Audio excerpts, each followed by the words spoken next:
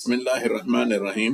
آج کا میرا موضوع ہے شیخ عبد القادر جیلانی رحمۃ اللہ علیہ بغداد والے سے منسوب چند قصے کہانیاں دیوبندی کتابوں میں۔ دیوبندی میں شیخ عبد القادر جیلانی کو غوث الاعظم کہتے ہیں، جیسا بریلوی کہتے ہیں۔ شیخ عبد القادر جیلانی کا انتقال 1166 عیسوی میں ہوا، یعنی آج سے تقریباً 900 سال پہلے۔ غوث کس کو کہتے ہیں؟ اشرف علی تھانوی صاحب، حکیم الامت اشرف علی تھانوی صاحب اپنی کتاب شریعت و تاریخ میں لکھتے ہیں کہ اولیاء دو قسم ہیں، ایک خطب ارشاد اور خطب تکوینی۔ خطب ارشاد کا کام ہوتا ہے واعظ و نصیحت، اور خطب تکوینی یعنی یونیورس کو کنٹرول کرنا، اور ان کے اوپر جو ہوتا ہے اس کو غوث کہتے ہیں۔ جس طرح سرکاری کوئی آفس ہوتا ہے کہ یعنی نیچے چپراسی سے لے کے اوپر تک آفیسر تک ہوتا ہے، اسی طرح ان کے پاس بھی درجات ہوتے ہیں، یعنی درجات سے جو نا ایک لوگ ترقی کرتے کرتے اوپر جاتے ہیں۔ سب سے پہلا طبقہ جو وہ ہوتا ہے نجبہ، اس کے بعد نخبہ، نخبہ کے بعد ہوتے ہیں ابدال، ابدال کے بعد خطب، خطب کے بعد اوتار، اوتار کے بعد غوث۔ زمین پر کوئی مصیبت یا بلا نازل ہوتی ہے تو وہ ان لوگوں کی طرف رجوع کرتے ہیں اور ان کے سامنے اپنی حاجتیں پیش کرتے ہیں، اور یہ اپنے فریادوں کو اپنے سے اوپر کے پاس پیش کرتے ہیں، اور اوپر ہوتے ہوتے یہ حاجتیں، یہ فریادیں، یہ اپلیکیشنز غوث کے سامنے چلے جاتی ہیں۔ علم اللہ کے علم کے برابر ہوتا ہے۔ سنیے، غوث کا علم اللہ کے علم کے برابر ہوتا ہے، اور اس کی قدرت اللہ تعالیٰ کی قدرت سے کم نہیں ہوتی۔ پھر سے سن لیجیے، غوث کا علم اللہ کے علم کے برابر ہوتا ہے اور اس کی قدرت اللہ تعالیٰ کے قدرت سے کم نہیں ہوتی۔ کی کراماتوں کے بارے میں آتے ہیں۔ پہلی جو وہ ہے کتاب ہے فتاوی محمودیہ، جلد 4، صفحے 398۔ یہ دیوبند کے جو فقیہ الامت ہیں محمود حسن گنگوہی، ان کا مرتب دیا ہوا فتاوی ہے۔ خیر، پیج نمبر 398 پر لکھتے ہیں کہ ایک چور غوث اعظم کے گھر آیا چوری کرنے کے لیے، مگر وہ پکڑا گیا۔ جب اس کو سامنے لایا گیا، یعنی آپ کے غوث الاعظم کے سامنے، تو انہوں نے بغیر اس کو کہا کہ ارے بھائی یہاں سے چلے جا، میں نے تجھے فلاں شہر کا قطب مقرر کر دیا ہے، یعنی گورنر کہیے یا کچھ بھی کہیے۔ لوگوں نے پوچھا ارے بھائی یہ تو چوری کرنے آیا تھا، آپ نے اس کو کیا؟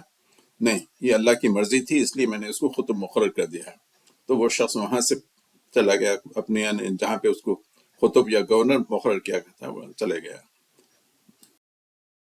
کتاب کا نام ہے صحبت با اولیاء، اور اس کو لکھنے والے ہیں تبلیغی جماعت کے بانی زکریا کاندلوی، جنہوں نے فضائل العلماء لکھی ہوئی، ان کی کتاب ہے صحبت با اولیاء، اور پیج نمبر ہے 215۔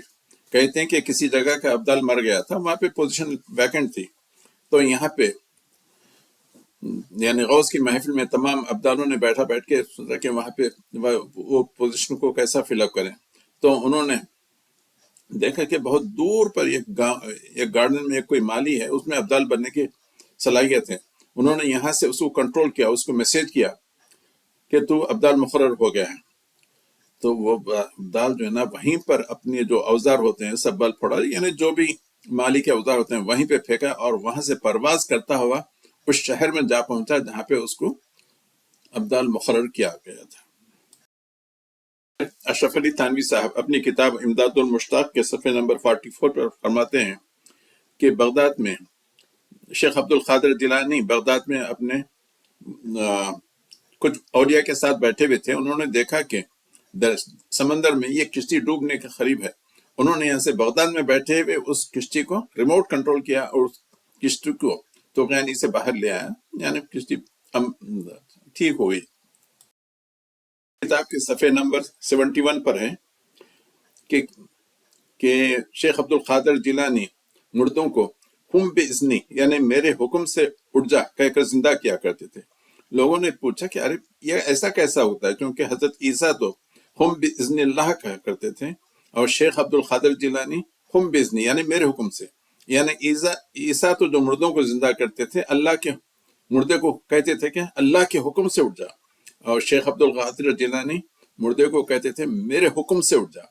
تو اس کی تعویل شیخ اپنے اشرف علی تھانوی صاحب یہ کرتے ہیں کہ دونوں میں فرق ہے۔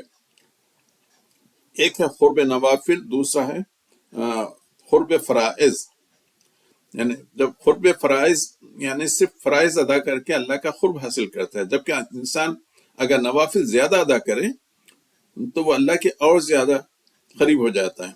تو حضرت عیسیٰ جو ہے نا صرف قرب فرائض ادا کرتے تھے، یعنی فرائض ادا کرتے تھے، جبکہ حضرت شیخ عبد القادر جیلانی نوافل ادا کر کے اللہ کے اور قریب ہو گئے تھے، اس لیے ان کا درجہ بڑا تھا، اور وہ بس قم باذنی کہتے ہی مردہ زندہ ہو جاتا تھا، اور بیچارے حضرت عیسیٰ کو قم باذن اللہ کہنا پڑتا تھا۔